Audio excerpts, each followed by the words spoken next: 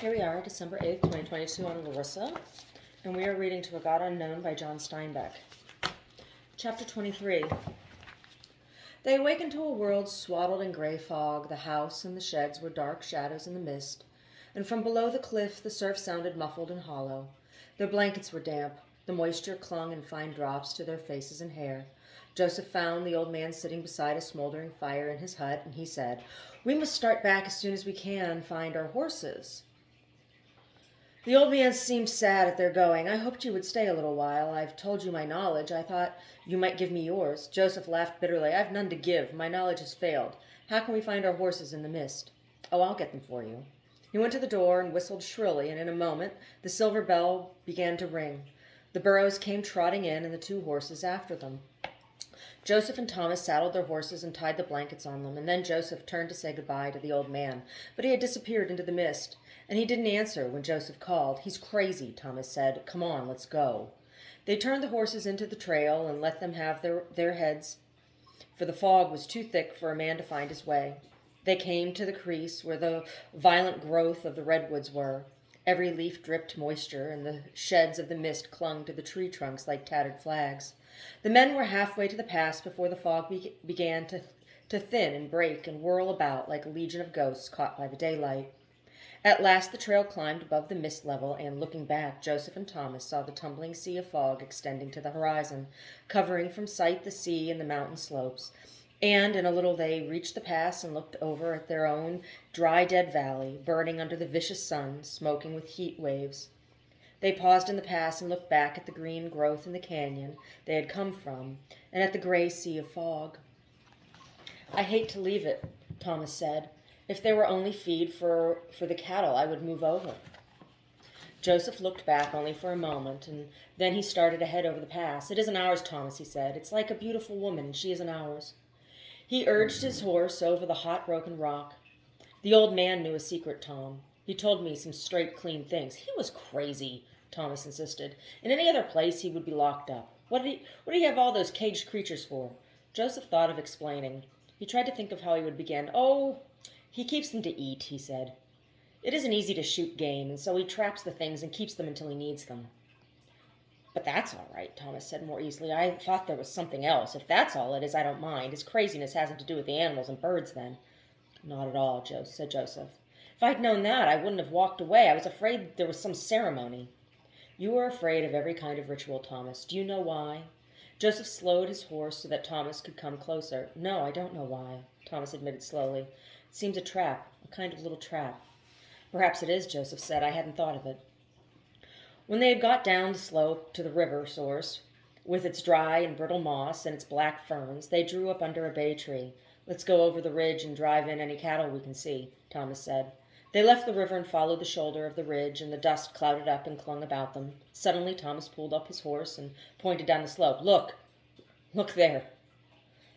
15 or 20 little piles of picked bones lay on the side hill, and gray coyotes were slinking away toward the brush, and vultures roosted on the ribs and pulled off the last strips of flesh. Thomas's face was pinched. "That's what I saw before. That's why I hate the country. I'll never come back," he cried. "Come on. I want to get to the ranch. I want to start away tomorrow if I can." He swung his horse down the hill and spurred it to a trot, and he fled from the acre of bones. Joseph kept him in sight, but he did not try to follow him. Joseph's heart was filled with sorrow and with defeat. "Something has failed," he thought. "I was appointed to care for the land, and I have failed." He was disappointed in himself and in the land, but he said, "I won't leave it. I'll stay here with it. Maybe it isn't dead." He thought of the rock and the pines, and excitement arose in him. "I wonder if the little stream is gone. If that still flows, the land is not dead. I'll go to see pretty soon." He rode over the ridgetop in time to see Thomas gallop up to the houses. The fences were down around the last stacks of hay, and the voracious cattle were eating holes in it. As Joseph came close, he saw how lean they were and poor, and how their hips stuck out. He rode to where Thomas talked with the rider Manuel. "How many?" he demanded. 400 or 416, Manuel said. "Over 100 gone." "Over 100?" Thomas walked quickly away. Joseph, looking after him, saw him go into the barn. He turned back to the rider. "Will these others make it to the San Joaquin, Manuel?" Manuel shrugged slightly. "We go slow. Maybe we find a little grass. Maybe we get some over there. But we lose some cows, too. Your brother hates to lose the cows. He likes the cows. Let them eat all the hay, Joseph ordered. When the hay is gone, we will start. The hay will be gone tomorrow, Manuel said. They were loading the wagons in the yard, mattresses and chicken coops and cooking utensils piled high and carefully. Romus came in with another rider to help with the herd. Rama would drive a buckboard, Thomas a Steinbeck wagon with grain for the horses and 2 barrels of water. There were folded tents on the wagons, supplies of food, 3 live pigs and a couple of geese. They were taking everything to last until winter. In the evening, Joseph sat on his porch, watched the last of the preparation, and Rama left her work and came to him and sat on the step. Why do you stay? She asked. Someone must take care of the ranch, Rama. But what remains to be taken care of? Thomas is right, Joseph. There's nothing left. His eyes sought the ridge where the dark pines were. There's something left, Rama. I'll stay with the ranch. She sighed deeply. I suppose you want me to take the baby? Yes. I wouldn't know how to care for it. You know it won't be very good life for him in a tent. Don't you want to take him, Rama? He asked. Yes, I want him. I want him for my own. Joseph turned away and looked up at the pine forest again. The last of the sun was sinking over the Portezuelo. Joseph thought of the old man and of his sacrifice. Why do you want the child? He asked softly. Because he is part of you. Do you love me, Rama? Is that it? Her breath caught harshly in her throat. No, she cried. I'm very near to hating you. Then take the child, he said quickly. The child is yours. I swear it now. He is yours forever. I have no claim on him. And he looked quickly back to the pine ridge as though for an answer. How can I be sure? Rama fretted. When I have made my mind over so the baby is my own, when he has come to think of me as his mother, how can I be sure you will not come and take him away? He smiled at her, and the calm he knew came upon him. He pointed to the dead and naked tree beside the porch. Look, Rama. That was my tree. It was the center of the land, a kind of father of the land, and Burton killed it. He stopped and stroked his beard and turned the ends under as his father had done. His eyes drooped with pain and tightened with resistance to the pain. Look on the ridge where the pines are, Rama, he said. There's a circle in the grove and a great rock in the circle. The rock killed Elizabeth. And the hill over there are the graves of Benji and Elizabeth. She stared at him uncomprehendingly. The land is struck, he went on. The land is not dead, but it is sinking under a force too strong for it, and I'm staying to protect the land. What does all this mean to me, she asked. To me or to the child? Why, he said, I don't know. It might help to give the child to you. It seems to me a thing that might help the land. She brushed her hair back nervously, smoothed it beside the part. Do you mean you're sacrificing the child? Is that it, Joseph? I don't know what name to give it, he said. I am trying to help the land, and so there's no danger that I shall take the child again. She stood up then and backed away from him slowly. Goodbye to you, Joseph, she said. I'm going in the morning, and I'm glad, for I shall always be afraid of you now. I shall always be afraid. Her lips trembled, and her eyes filled with tears. Poor, lonely man. She hurried away toward her house, but Joseph smiled gravely up at the pine grove. Now we are one, he thought, and now we are alone. We will be working together. A wind blew down from the hills and raised a choking cloud of dust into the air. The cattle munched at the hay all night. The wagons set out well before daylight. For 2 hours the lanterns moved about. Rama got breakfast for the children and saw them to their high, secure seat on top of the load. She put the baby in its basket on the floor of the wagon in front of her. At last they were ready, and the horses hitched in. Rama climbed to her seat, and Thomas stood beside her. Joseph strode up. They stood in the dark, and all 3 unconsciously sniffed the air. The children were very quiet. Rama put her foot out on the brake. Thomas sighed deeply. I'll write you how we get through, he said. I'll be waiting to hear, Joseph replied. Well, we may as well get started. You'll stop in the hot part of the day, if we can find a tree to stop under. Well, goodbye, Thomas said. It's a long trip. One of the horses bowed its neck against the check rein and stamped. Goodbye, Thomas. Goodbye, Rama. I'll have Thomas write you how the baby is, Rama said. Still Thomas stood waiting, but suddenly he turned and walked away without another word. His brake whispered for a moment, and the axles creaked under the load. Rama started her horses, and the teams moved off.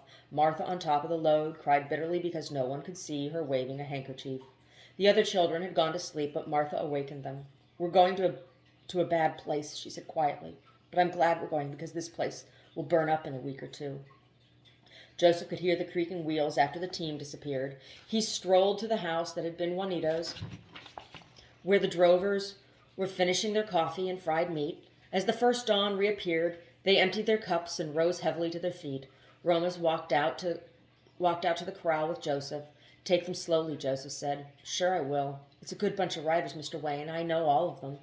The men were wearily saddling their horses. A pack of 6 long-haired ranch dogs got up out of the dust and walked tiredly out to go to work, serious dogs.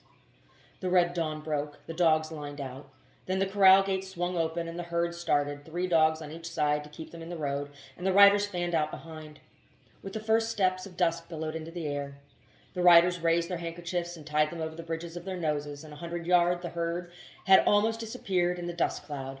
Then the sun started up and turned the cloud to red. Joseph stood by the corral and watched the line of dust that crawled like a worm over the land, spreading in the rear like a yellow mist.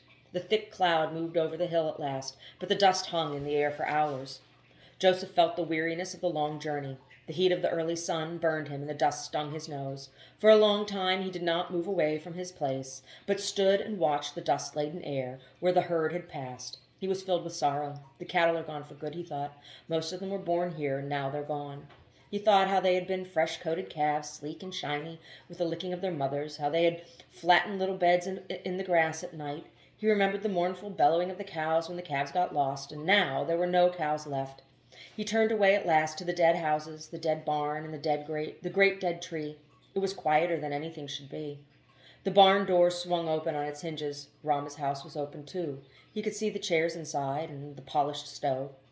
He packed up a piece of loose baling wire from the ground, rolled it up, and hung it on the fence. He walked into the barn, empty of hay. Hard black clods were on the floor on the packed straw. Only one horse was left. Joseph walked down the long line of empty stalls, and his mind made history of his memories. This is the stall where Thomas sat when the loft was full of hay. He looked up and tried to imagine how it had been. The air was laced with flashing yellow streaks of sun. The 3 barn owls sat, faces inward, in their dark corners under the eaves. Joseph walked to the feed room and brought an extra measure of rolled barley and poured it in the horse's barley box, and he carried out another measure and scattered it on the ground outside the door. He sauntered slowly across the yard. It would be about now that Rama came out with a basket of washclothes and hung them on the line, red aprons and jeans, pale blue with so much soaking, and the little blue frocks and red knitted petticoats of the girls, and it would be about now that the horses were turned out of the barn to stretch their necks over the watering trough and to snort bubbles into the water. Joseph had never felt the need for work as he did now. He went through all the houses and locked the doors and the windows and nailed up the doors of the sheds. In Rama's house, he picked up a damp drying cloth from the floor and hung it over the back of a chair. Rama was a neat woman. The bureau drawers were closed and the floor was swept. The broom and the dustpan stood in the corner, and the turkey wing had been used on the stove that morning. Joseph lifted the stove lid and saw the last coals darkening. When he locked the door of Rama's house, he felt a guilt such as one feels when the lid of a coffin is closed for the last time and the body is deserted and left alone. He went back to his own house, spread up his bed, and carried in wood for the night's cooking. He swept his house and polished the stove and wound the clock, and everything was done before noon. When he had finished everything, he went to sit on the front porch. The sun beat down in the yard and glittered on bits of broken glass. The air was still and hot, but a few birds hopped about, picking up the grain Joseph had scattered, and led on by the news that the ranch was deserted. A squirrel trotted fearlessly across the yard, and a brown weasel ran at him and missed, and the 2 rolled about in the dust. A horned toad came out of the dust and waddled to the bottom step of the porch and settled to catch flies. Joseph heard his horse stamp in the floor, and he felt friendly toward the horse for making a sound. He was rendered stupid by the quiet. Time had slowed down, and every thought waddled as slowly through his brain as the horned toad had when he first came out of the fine dust. Joseph looked up at the dry white hills and squinted his eyes against the reflection of the glaring sun. His eyes followed the water scars up the hill to the dry springs and over the unfleshed mountains, and as always his eyes came at last to the pine grove on the ridge. For a long time he stared at it, and then he stood up and walked down the steps. As he walked toward the pine grove, walked slowly up on the gentle slope. Once from the foothills he looked back on the dry houses huddled together under the sun. His shirt turned dark with perspiration. His own little dust cloud followed him, and he walked on and on toward the black trees. At last he came to the gulch where the grove stream flowed. There was a trickle of water in it, and the green grass grew on the edges. A little watercress still floated on the water. Joseph dug a hole in the bed under the tiny stream, and when the water had cleared, he knelt and drank from it, and he felt the cool water on his face. Then he walked on, and the stream grew a little wider, and the streak of green grass broadened. Where it ran close under the bank of the gully, a few ferns grew in the black and mossy earth, out of reach of the sun. Some of the desolation left Joseph then. I knew it would still be here, he said. It couldn't fail. Not from that place. He took off his hat and walked quickly on. He entered the glade bareheaded and stood looking at the rock. The thick moss was turning yellow and brittle, and the ferns around the cave had wilted. The stream still stole out of the hole in the rock, but it was not a quarter as large as it had been. Joseph walked to the rock apprehensively and pulled out some of the moss. It was not dead. He dug a hole in the stream bed, a deep hole, and when it was full, he took up the water in his hat and threw it over the rock and saw it go sucking into the dying moss. The hole filled slowly. It took a great many hatfuls of water to dampen the moss, and the moss drank thirstily and showed no sign that it had been dampened. He threw water on the scars where Elizabeth's feet had slipped. He said, "Tomorrow I'll bring a bucket and a shovel. Then it'll be easier." As he worked, he knew the rock no longer as a thing separated from him. He had no more feeling of affection for it than he had for his own body. He protected it against death as he would have saved his own life. When he had finished throwing water, he sat down beside the pool and washed his face and neck in the cold water and drank from his hat. After a while, he leaned back against the rock and looked across at the protecting ring of black trees. He thought of the country outside the ring, the hard, burned hills, the gray and dusty sage. Here it is safe, he thought. Here's the seed that will stay alive until the rain comes again. This is the heart of the land, and the heart is still beating. He felt the dampness of the watered moss soaking through his shirt, and his thought went on. I wonder why the land seems vindictive now it is dead.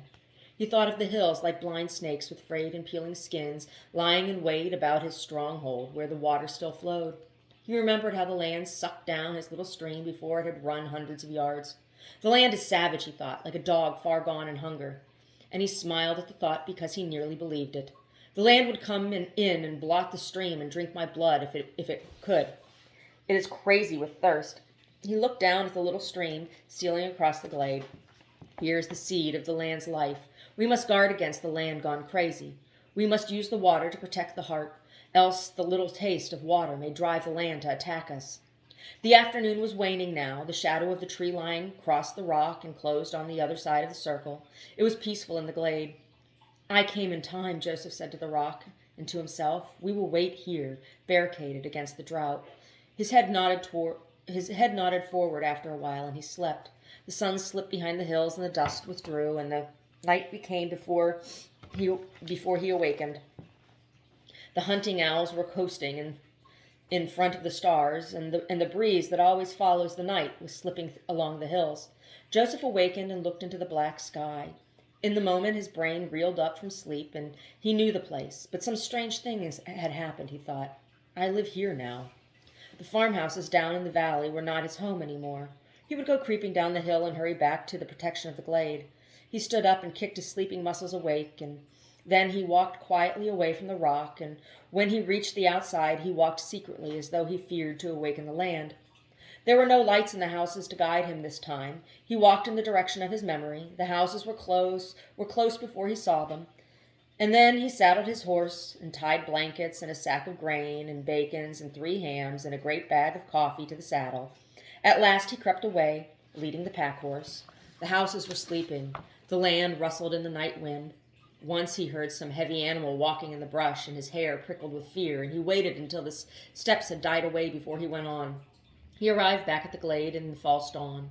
This time the horse did not refuse the path. Joseph tied it to a tree and fed it from the bag of rolled barley. Then he went back to the rock and spread his blankets beside the little pool he had built. The light was coming when he lay down to sleep in safety beside the rock. A little tattered fragment of cloud high in the air caught fire from the hidden sun, and Joseph fell asleep while he watched it.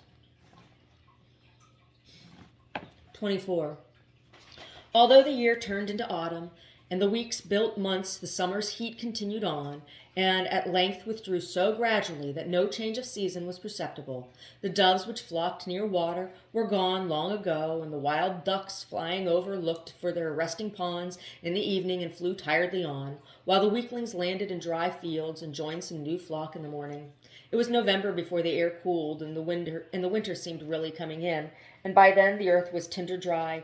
Even dry lichens had scaled off the rocks. The hot weeks drew on, and Joseph lived in the circle of pines and waited for the winter. His new life had built its habits. Each morning he carried water from the deep, wide pool he had dug and flooded the mossy rock with it, and in the evening he watered it again. The moss had responded. It was sleek and thick and green, and in the whole land there was no other green thing. Joseph watched it closely to see that there was no sign of dryness. The stream decreased little by little, but winter was coming, and there was still plenty of water to keep the rock dripping with moisture. Every 2 weeks Joseph rode through the parched hills to Nuestra Senora for his food supply. Early in the fall he found a letter waiting for him there. Thomas wrote only information. "There's grass here. We lost 300 head of stock on the way over. What's left is fat. Rama is well, and the children. The pasture rent is too high because of the dry years. The children swim in the river." Joseph found Romus in town, and Romus told dully of the trip and did not get up under the goad, but only looked tiredly at the sky.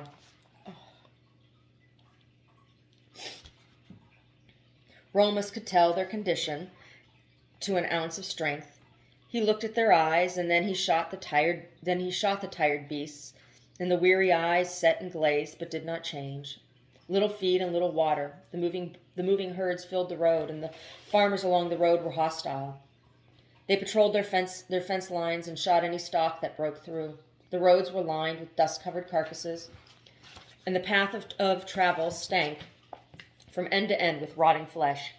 Rama, afraid the children might sicken with the smell, kept their faces covered with wet handkerchiefs. The miles covered daily grew fewer and fewer, and the tired stock rested all night and did not search for food. A rider was sent back, and then another, as the herd dwindled, but Roma stayed, and the two home men, until the little band came stiffly to the river and rested on their knees to eat all night. Roma smiled as he told it, and his voice had no inflection. When the account was finished, he walked quickly away, calling over his shoulder, "Your brother paid me," and he went into the saloon out of sight. While Joseph listened to the report, a hollow pain came into his stomach, and he was glad when Romus went away. He bought his supplies and rode back to the barricade. For once he did not see the dry earth cracked in long lightning lines. He did not feel the feeble tugging of the brittle brush as he rode through. His mind was a dusty road, and the weary cattle died in his brain. He was sorry he had heard, for now this new enemy would crowd up against the protecting pines. The underbrush of the grove was dead by now, but the straight trunks still guarded the rock. The drought crept along the ground first and killed all the low vines and the shrubs, but the pine roots pierced to bedrock and still drank a little water, and the needles were still black-green. Joseph rode back to the glade, and he felt the rock to be sure it was moist, and he studied the little stream of water. This was the first time he set markers on the water's edge to determine how quickly it diminished. In December, the black frost struck the country. The sun rose and set readily, and the north wind surged through the country every day, filling the air with dust and tattering the dry leaves. Joseph went down to the houses and brought up a tent to sleep in. While he was among the quiet houses, he started the windmill and listened for a moment while it sucked air through the pipes, and then he turned the little crank that stopped the blades. He did not look back on the houses as he rode up the slope. He cut a wide path around the graves on the side hill. That afternoon, he saw the fogheads on the western range.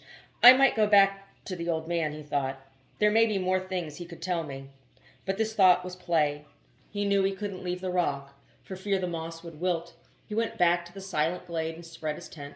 He picked the bucket from his gear and walked over to throw water on the rock. Something had happened. The stream had receded from his marking pegs a good 2 inches, somewhere under the earth. The drought had attacked the spring.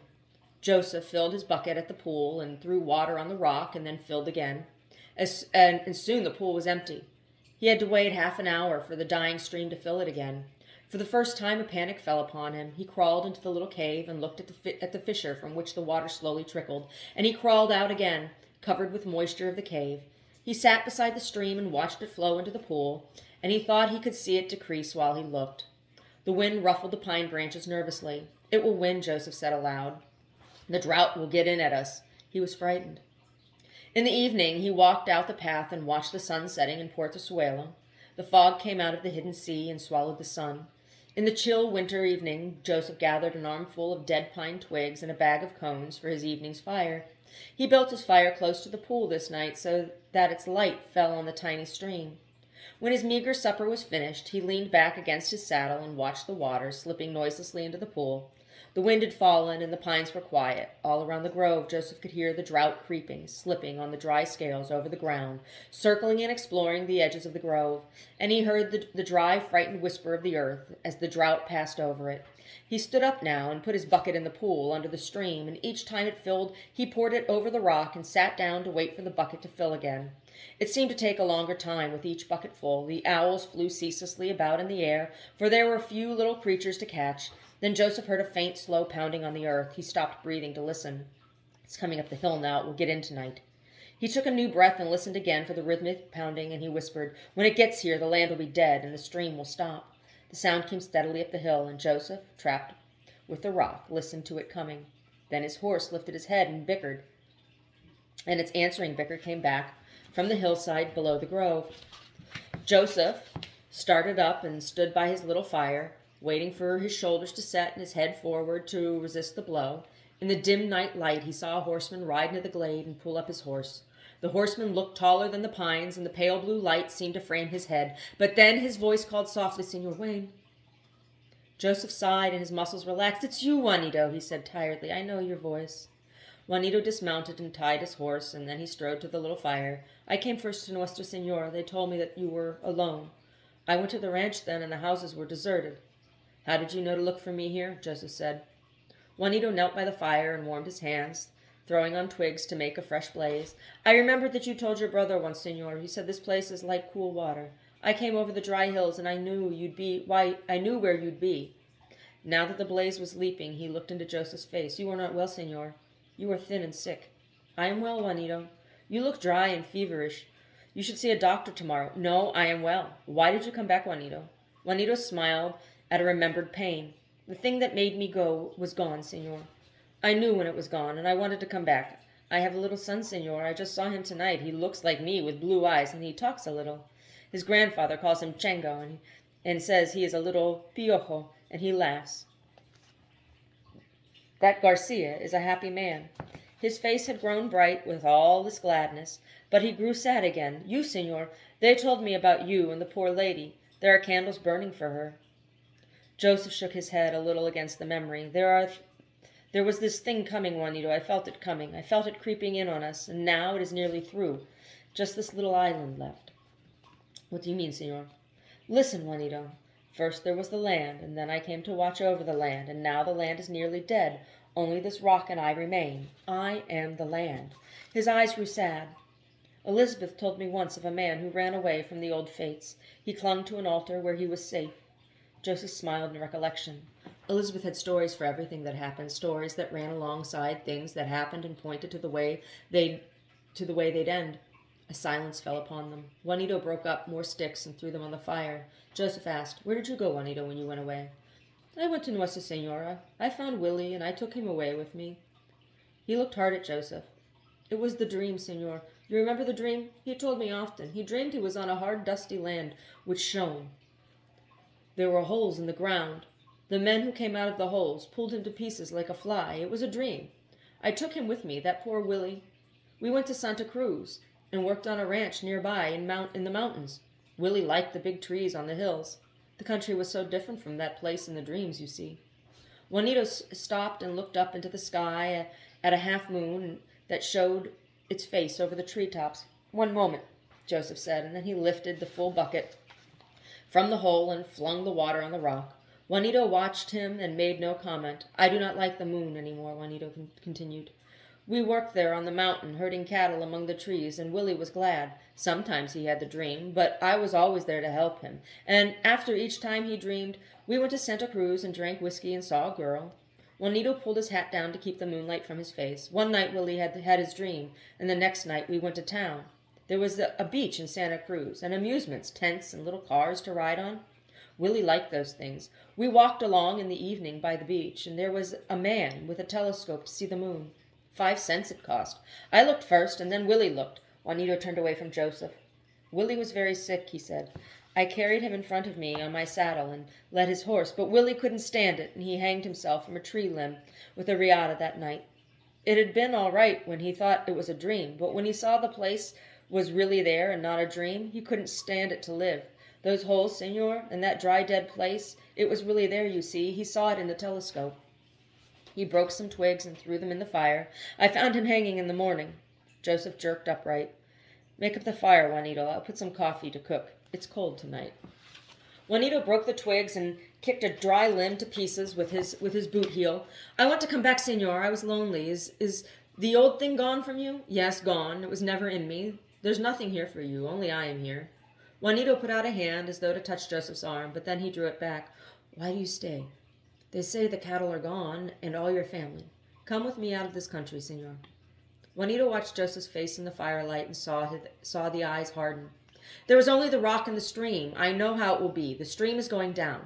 In a little while it will be gone, and the moss will turn yellow, and then it will turn brown, and it will crumble in your hand.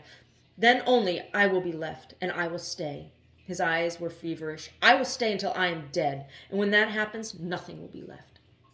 I will stay with you, Juanito said.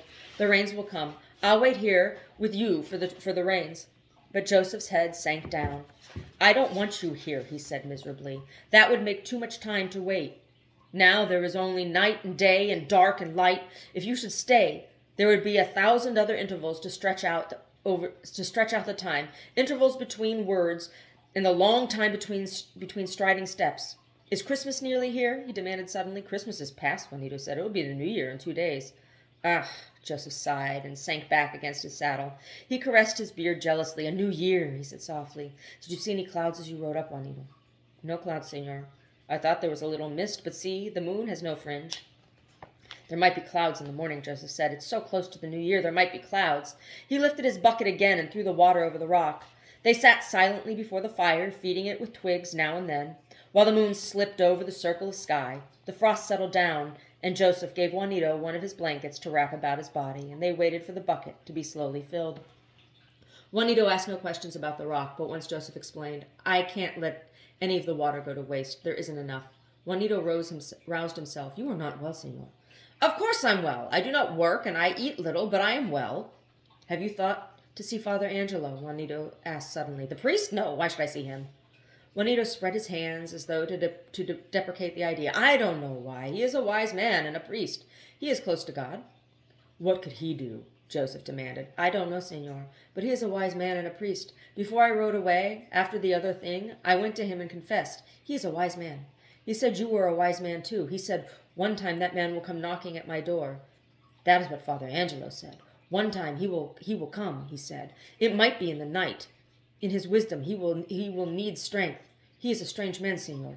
He hears confession and puts the penance, and then sometimes he talks, and the people do not understand. He looks over their heads and doesn't care whether they understand or not. Some of the people do not like it. They are afraid. Joseph was leaning forward with interest. What could I want from him, he demanded. What could he give me that I need now? I don't know, Juanito said. He might pray for you. And would that be good, Juanito? Can he get what he prays for? Yes, Juanito said. His prayer is through the Virgin. He can get what he prays for. Joseph leaned back against his saddle again, and suddenly he chuckled. I will go, he said. I will take every means. Look, Juanito, you know this place, and your ancestors knew this place. Why did none of your people come here when the drought started? This was the place to come. The old ones are dead, Juanito said soberly. The young ones may have forgotten. I only remember because I came here with my mother. The moon is going down. Won't you sleep, senor? Sleep? No, I won't sleep. I can't taste the water. I will watch it for you while you sleep. Not a drop will get away. No, I won't sleep, Joseph said. Sometimes I sleep a little in the daytime when the bucket is filling. That's enough. I'm not working. He stood up to get the bucket, and suddenly he bent over, exclaiming, Look, Juanito! He lighted a match and held it close to the stream. It is so. The water is increasing. You're coming brought it. Look, it flows around the pegs. It's up 1/2 inch. He moved excitedly to the rock and leaned into the cave and lighted another match to look at the spring. It's coming faster, he cried. Build up a fire, Juanito. The moon is down, Juanito said. Go to sleep, senor. I will watch the water. You will need sleep. No, build up the fire for light. I want to watch the water. And he said, maybe something good has happened where the water comes from. Maybe the stream will grow, and we shall move outward from here and take back the land. A ring of green grass, and then a bigger ring. His eyes glittered. Down the hillsides and into the flat from the center. Look, Juanito, it is more than half an inch above the peg. It is an inch! You must sleep, Juanito insisted. You need the sleep. I see how the water is coming up. It will be safe with me. He patted Joseph's arm and soothed him. Come, you must sleep. And Joseph let himself be covered with the blankets, and in relief at the rising stream, he fell into a heavy sleep.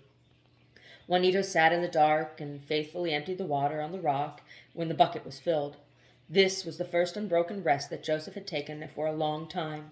Juanito conserved his little flame of twigs and warmed his hands, while the frost that had been in the air all night settled a white gauze on the ground. Juanito gazed at Joseph sleeping. He saw how lean and dry he had grown and how his hair was turning gray.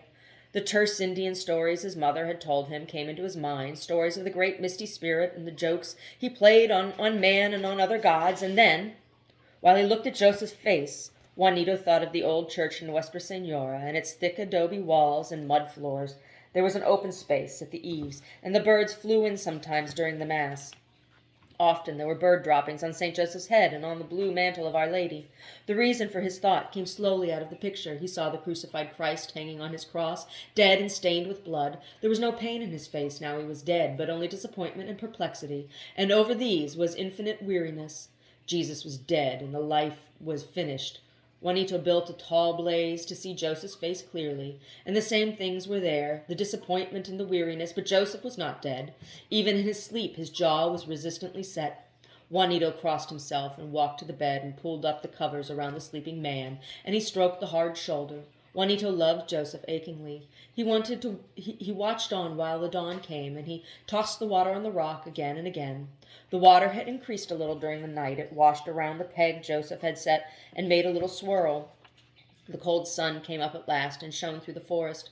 Joseph awakened and sat up. How is the water? He demanded. Juanito laughed with pleasure at his message. The stream is bigger, he said. It grew while you slept.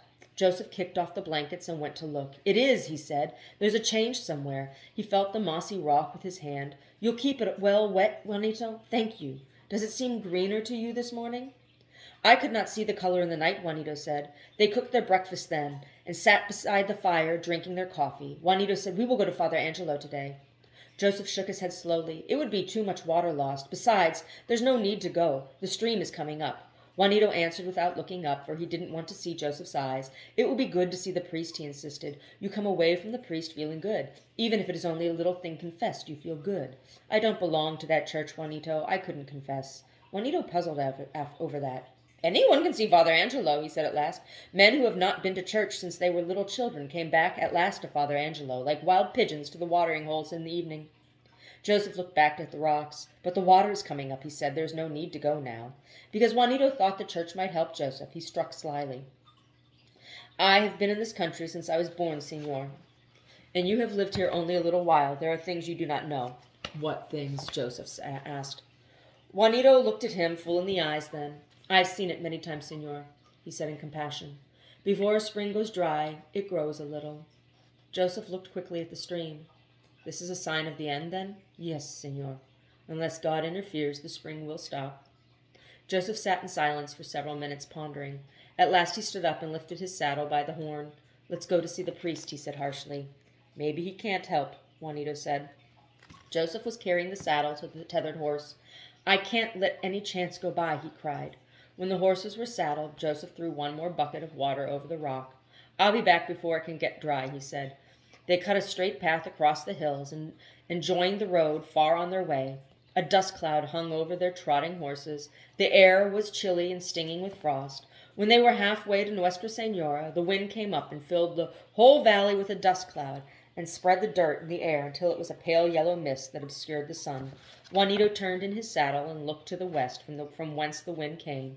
The fog is on the coast, he said. Joseph did not look. It's always there. The coast is no danger as long as the coast lasts. Juanito said hopefully, the wind is from the west, Senor. But Joseph laughed bitterly. In any other year, we would thatch the stacks and cover the wood piles. The wind has often been in the west this year. But sometime it must rain, senor. Why must it? The desolate land was harping on Joseph's temper.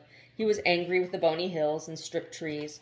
Only the oaks lived, and they were hiding their life under a sheet of dust. Joseph and Juanito rode at last into the quiet street of Nuestra Senora. Half the people had gone away, had gone to visit relatives in luckier fields, leaving their houses and their burned yards and their empty chicken pens. Romas came to the door and waved without speaking, and Mrs. Gutierrez peered at them from her window. There were no customers in front of the saloon.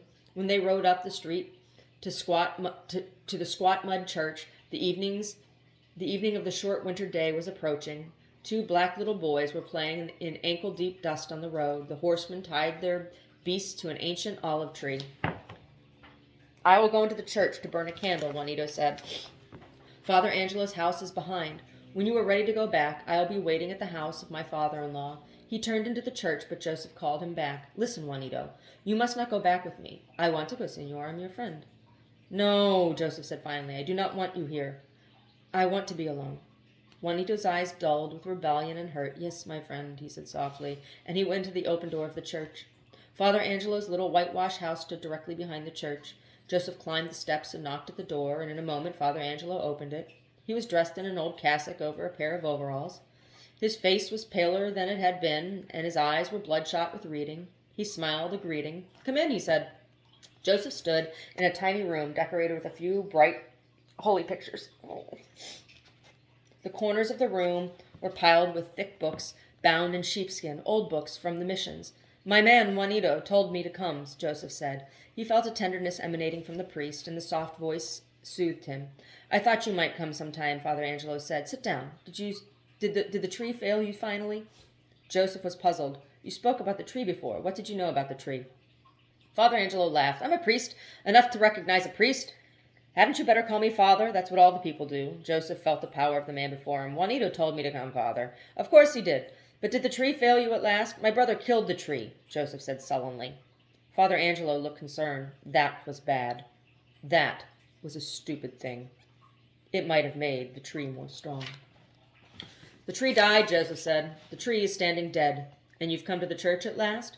Joseph smiled in amusement at his mission. No, father, he said. I've come to ask you to pray for rain. I'm from Vermont, Father. They told us things about your church. The priest nodded. Yes, I know the things. But the land is dying, Joseph cried suddenly. Pray for rain, Father. Have you prayed for the rain? Father Angelo lost some of his confidence then. I will help you to pray for your soul, my son. The rain will come. We have held Mass. The rain will come. God brings the rain and withholds it of his knowledge. How do you know the rain will come? Joseph demanded. I tell you, the land's dying. The land does not die, the priest said sharply. But Joseph looked angrily at him. How do you know? The deserts were once alive. Because a man is sick often and each time gets well, is that proof that he will never die? Father Angelo got out of his chair and stood over Joseph. You are ill, my son. Your body is ill and your soul is ill. Will you come to the church and make your soul well? Will you believe in Christ and pray help for your soul? Joseph leapt up and stood furiously before him. My soul? To hell with my soul. I tell you the land is dying. Pray for the land. The priest looked into his glaring eyes and felt the frantic fluid of his emotion. The principal business of God has to do with men, he said, and their progress toward heaven, and their punishment in hell. Joseph's anger left him suddenly. I will go now, Father, he said wearily. I should have known. I'll go back to the rock now and wait. He moved toward the door, and Father Angelo followed him. I'll pray for your soul, my son. There's too much pain in you. Goodbye, Father, and thank you. Joseph strode away into the dark. When he had gone, Father Angelo went back to his chair. He was shaken by the force of the man.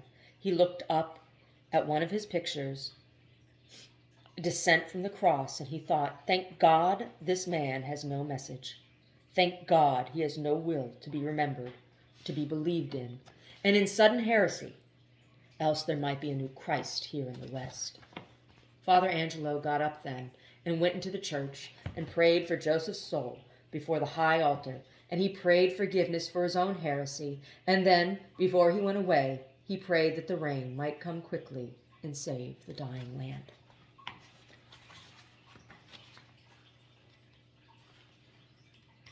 Two more chapters.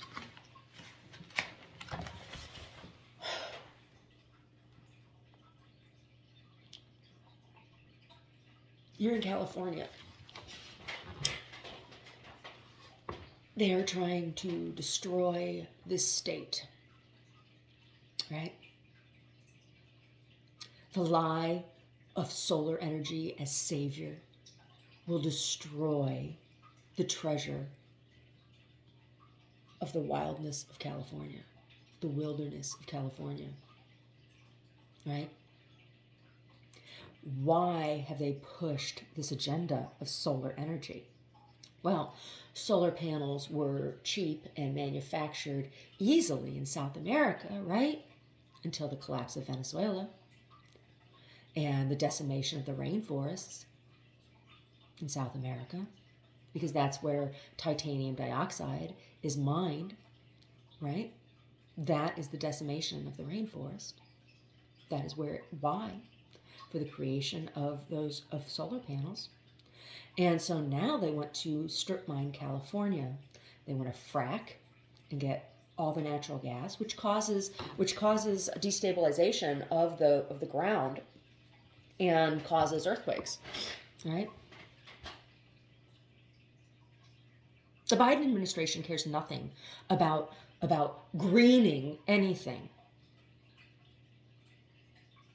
The only green that they are concerned with, that any politician is concerned with, is the green that constituents put into their wallets.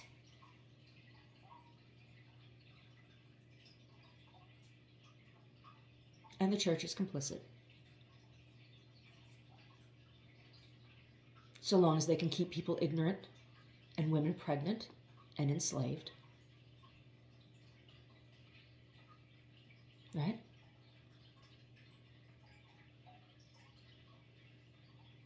So long as the gang lords that are here are placated, because they use the prisons to teach solar panel installation. So when people come out of the system, that's like the only job they can get. So it's big. The other job that they have in prison is fighting wildfires, right? And they do that for free. It's slave labor for pennies, right? And it's only been recently that anybody coming out of prison can get a job as a fireman, but you can't get a job as a fireman everywhere, right? But there was Gavin Newsom had to pass legislation for that, because in many places in California, firepersons serve half-time, it's 50-50 as law enforcement. So if you have somebody who's a convicted felon, they can't be a police officer. So if you have a city like the city of Sunnyvale, where the police officers serve half of their time during the year as firepersons, how can you have ex-cons in those positions? They don't have enough firefighters, though, to fight all the fires.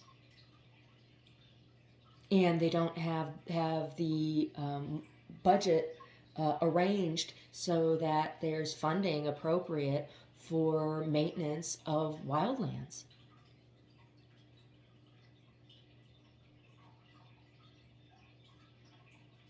California does not lack money.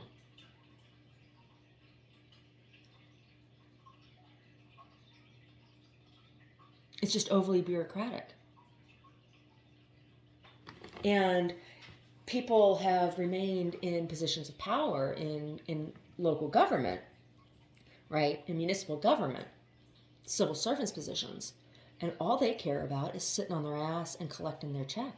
They don't care about actually doing any work. And I know this because I worked at the city of Sunnyvale and I watched it. And I was fired because I would not partake in it. Part of my job was was monitoring the budget quarterly, right, for my department.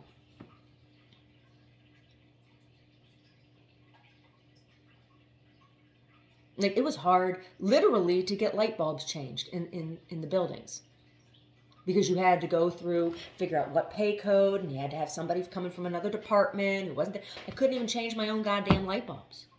That's not an exaggeration, right? The bureaucracy is disgusting, and it was designed by Bill Clinton. These cities are called Clinton model cities.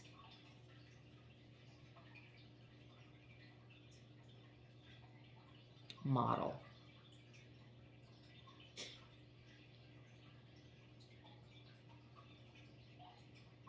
And the unions are corrupt. You're forced to pay dues, even though when you're a provisional or at the beginning of your employment, you're not allowed to approach the union if you're being discriminated against. So when I was discriminated against, I couldn't even approach my union rep. Somebody had to approach the union rep on my behalf, and they didn't want to because I got my work done. Right? So long as everybody was lazy, you could milk the budget. But I wasn't lazy. I didn't stay home 3 days a week like my coworker, Kristen Hartman Dance. I actually came into work.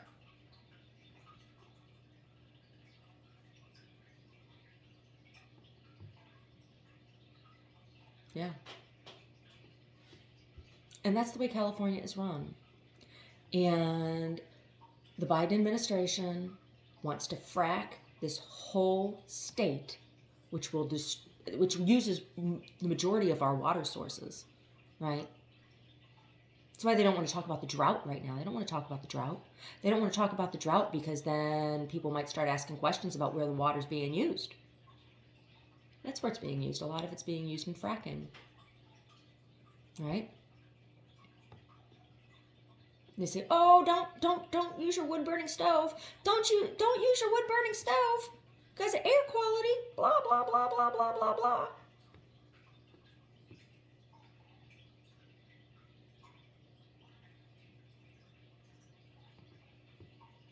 Mm-hmm.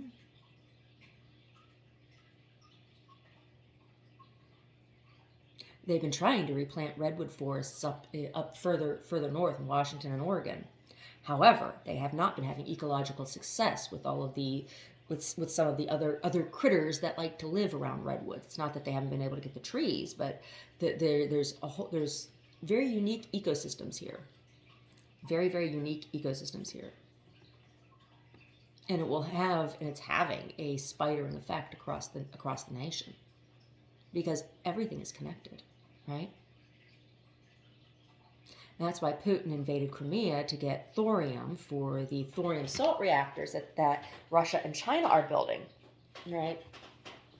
And now Justin Trudeau is building some up in Canada. But the thorium mine, one of the largest thorium mines, is on a delta in Sevastopol on the western coast of the Crimean Peninsula, which is why Putin invaded Crimea, to take over those mines, because he didn't want to buy from Ukraine, right? He wanted control of those thorium mines. And then he wants control of the nuclear power plants that are there. And Hunter Biden was doing business over there. What do you think that business was about?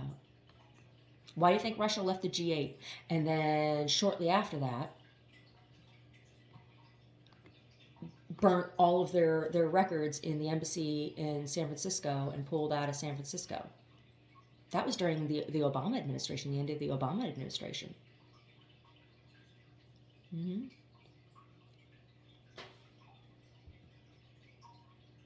So, they're not talking about like what any of this is really about. They're blowing smoke and mirrors, this whole Brittany Griner thing, because they're looking to sports organizations like the NBA to facilitate politics between countries. Those athletes are de facto ambassadors, right? And they funnel business, right? Chinese shoe manufacturers, right? Right. And they manipulate politics. They use those people to manipulate politics. Mm-hmm. So stuff like I'm happy when any political prisoner is freed. And so I'm happy for the person, Brittany Griner. It is very disappointing to see that a military service member has been left behind. But the U.S. government has no interest in bringing that person home because their political influence, that Marine, was his name Paul something, if and when he gets to come back to the United States, he will be a political threat to Washington, D.C. Why? Because he has real experience, whereas nobody up there in the White House does. Right? Joe Biden never fought in any war. His son who did is dead. Right?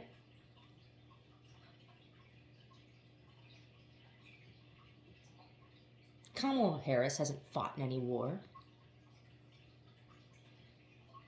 She hasn't worked with kids. Right? They have zero interest with the average American.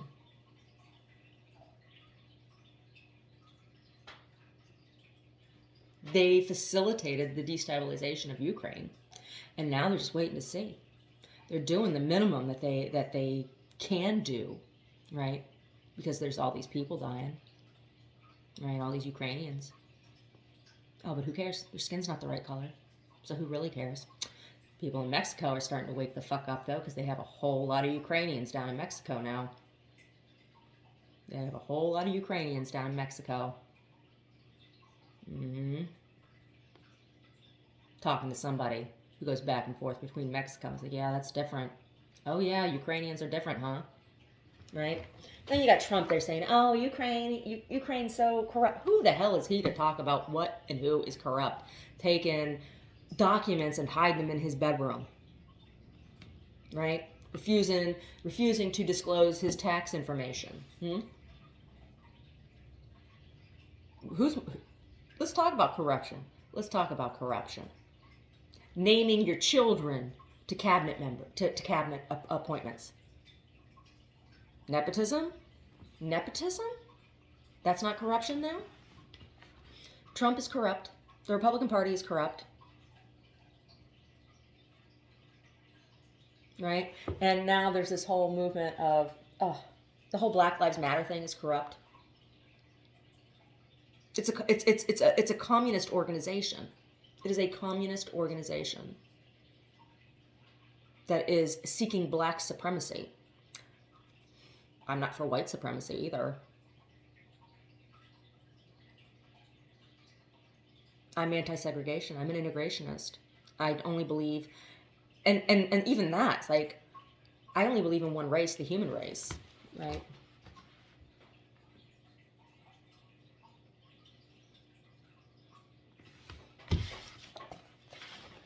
To a God unknown.